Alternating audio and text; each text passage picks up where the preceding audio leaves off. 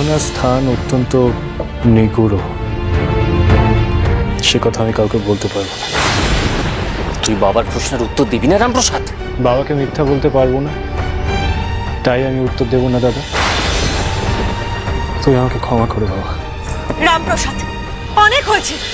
দেখ, তুই যা ইচ্ছে তাই করিস।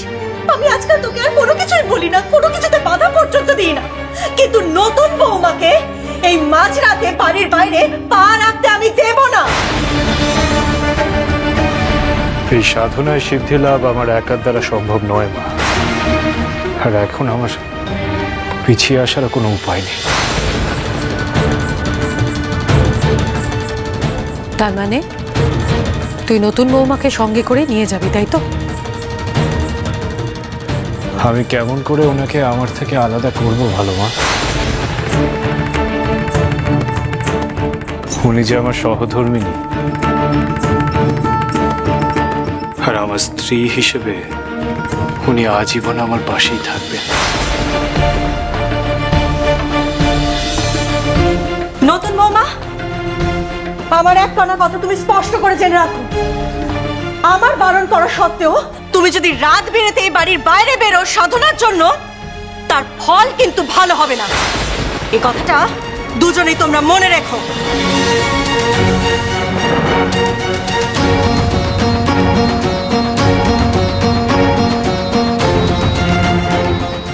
রামপ্রসাদ, রামপ্রসাদ, আমি তোকে বলছি বাবা, এরপর থেকে যা করবি একটু বুঝে সুঝে করিস।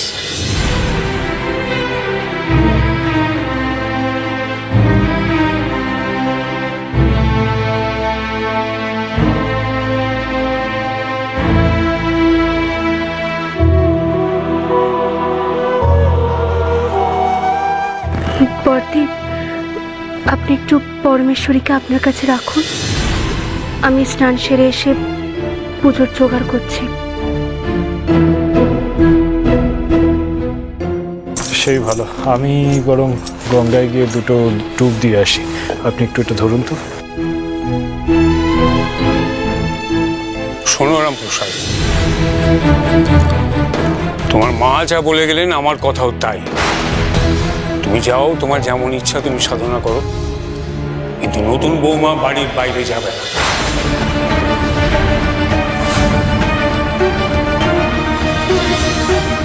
কিন্তু বাবা, আমি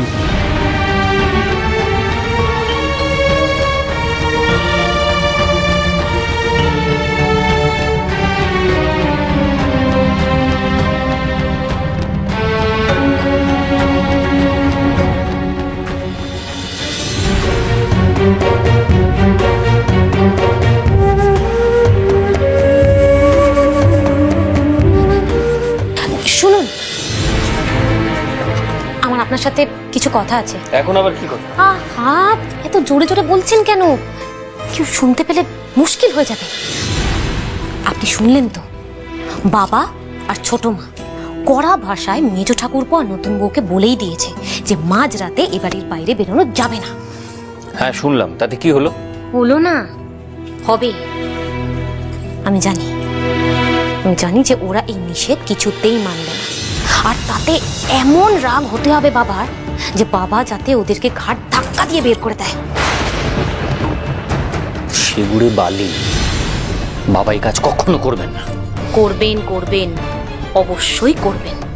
যখন সারা গ্রামে ঢিঢি পড়ে যাবে তখন বাবা এটা করতে বাধ্য হবে। এইসব কথা তুমি আমাকে কেন বলছো? আমি কি করব? কারণ এরপর যখন নতুন বউ এ বাড়ি থেকে বেরোবে মাঝরাতে, তখন সেটা যাতে সবাই জানতে পারে সেই ব্যবস্থা আপনাকে করতে হবে।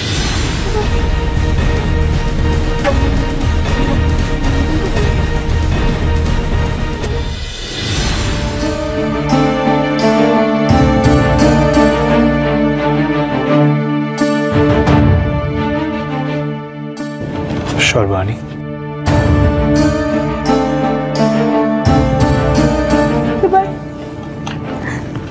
এবার আমি কি করে যাব আপনার সাথে? মা বাবা কেউই চান না আমি চাই আপনার সাথে। সর্বাণী, ওনারা আপনাকে নিয়ে দুশ্চিন্তা করছিলেন, তাই এমনটা বলেছে। এমনও তো নয় যে পরের থেকে ওনারা শান্ত হলে আমাকে যেতে দেবে। আর এভাবে এত কিছু বলার পর ওনাদের অনুমতি ছাড়া আমি আপনার সাথে যেতেও পারবো না। আপনি কাঁদবেন না সর্বাণী, এও তো এক রকমের পরীক্ষাই। দেখুন সর্বাণী, গুরুদেবরা যেমন আমাদেরকে পথ দেখিয়েছেন তেমন তো এই কথাও বলেছেন যে এই পথ মোটেও সুগম নয়, এই পথ বন্ধুর দুর্গম পথ। বাধা তো আসবেই সর্বাণী। সেই বাধা অতিক্রম করব কি করে আমরা? কিভাবে কি করব তা আমি সত্যি জানি না সর্বাণী, তবে আমি শুধু এইটুকু জানি যে আমি থেমে যেতে পারবো না। আপনি কি তার মানে একা সাধনা করবেন? সাধনাটা আমার একারই। আমি মানছি যে আপনি আমার সঙ্গী হয়েছিলেন, কিন্তু একান্ত যদি আপনি আমাকে সঙ্গ দিতে নাই পারেন তাহলেও যে আমার থেমে গেলে চলবে না, আমাকে এগিয়ে যেতেই হবে। আগামী শনিবার অমাবস্যা, সেই রাতে শ্মশানে মায়ের মূর্তি করে তা প্রতিষ্ঠা করে মাকে পুজো করতে হবে আমায়। থেমে গেলে চলবে না, তাতে যা হবার হবে আমি করবই।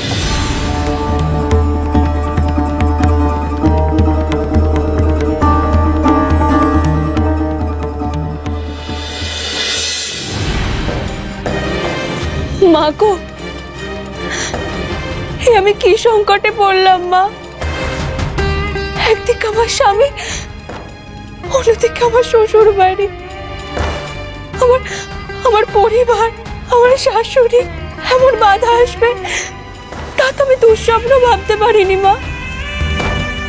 আমার তো ওনার সাধনার সঙ্গিনী হওয়ার কথা মা, তেমনটাই তো অঙ্গীকার করেছিলাম আমি। তাহলে কি আমি আমার কর্তব্য পালন করতে পারবো না?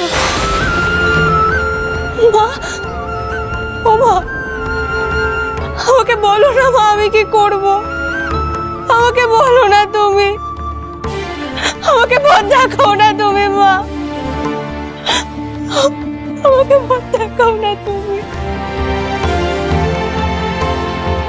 আজ যদি তুমি আমাকে আশীর্বাদ করো তাহলে আমি বুঝবো যে স্বামীর প্রতি কর্তব্য পালন করাই আমার একমাত্র পথ। আমি যদি তোমার আশীর্বাদ না পাই তাহলে বুঝবো যে আমি যা করছি তা ভুল। মা গো, আমায় বলে দাও মা, আমি কি করব? আমায় বলে দাও।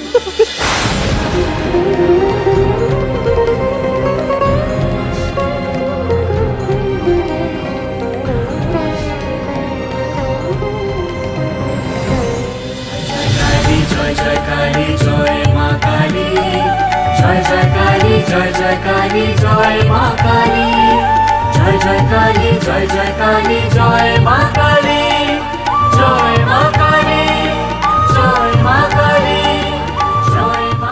মা গো, আমি তোমার উত্তর পেয়ে গেছি মা। আমার মনে আর কোনো দোটানা নেই। আর যত বাধাই আসুক না কেন, আমি আমার স্বামীর সাধুর সঙ্গিনী হবই হব। কেউ আমাকে আটকাতে পারবে না, কেউ না। তোমারই আশীর্বাদ আমি মাথা পেতে নিলাম মা। জয় মা, জয় মা কালীর জয়।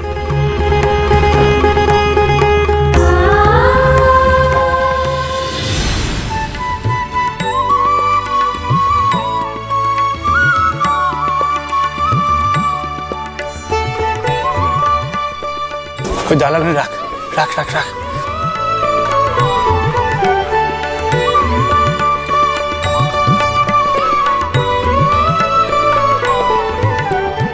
এসব এখনই ঠাকুর দালানেই থাক, বুঝলি? পরে না হয় আমি জায়গা মতো সব সরিয়ে রাখবো ঘর। আচ্ছা মিচকা, এসব ঘট মালসা ধুনুচি এগুলো না হয় পুজোর কাজে লাগবে বুঝলাম, কিন্তু এসব সুতলি দড়ি রং খড় এগুলো কি কাজে লাগবে বলতো? এই নিয়ে আমি মায়ের মূর্তি করব। মায়ের মূর্তি? কিন্তু মায়ের মূর্তি তো ঠাকুর ঘরেই আছে। ওরে এই মূর্তি সে মূর্তি নয় রে, এই মূর্তি আমাকে গড়তে হবে আমার সাধনার জন্য। কখন করবি? আগামী শনিবার আমি মায়ের পুজো করব, তাই মায়ের মূর্তি গড়া আমাকে তার আগেই সম্পন্ন করতে হবে। তুই যখন করবি মেচকা, আমিও থাকবো তোর সাথে, তাহলে আমাকেও মায়ের মূর্তি করা শিখিয়ে দিবি। না রে একটানা, তুই পারবি না আমার সাথে থাকতে। এ আবার কেমন কথা? পারবো না কেন আমি? কারণ এই সাধনার পদ্ধতি গোপনে রাখাই নিয়ম, কাউকে বলতে পারবো না সে কথা। মায়ের মূর্তি আমি বাড়িতে গড়তে পারবো না, আর যেখানে গড়বো সেখানে তোকে নিয়ে যেতে পারবো না। কিন্তু আমি তো তোর সাথে সব জায়গায় যাই। জানি যে তুই যাস, কিন্তু এইবারটা তুই পারবি না। ভাবিস না যে তুই ছোট বলে আমি তোকে নিয়ে যাব না, তা নয়। আসলে এই বিষয়ে আমি কাউকেই কিছু বলতে পারবো না, বলা মানা। তুই মন খারাপ করিস না, এর পরের বার যখন আমি বাড়িতে মূর্তি করব তখন তোকে আমি হাতে ধরে সব শিখিয়ে দেবো। কেমন?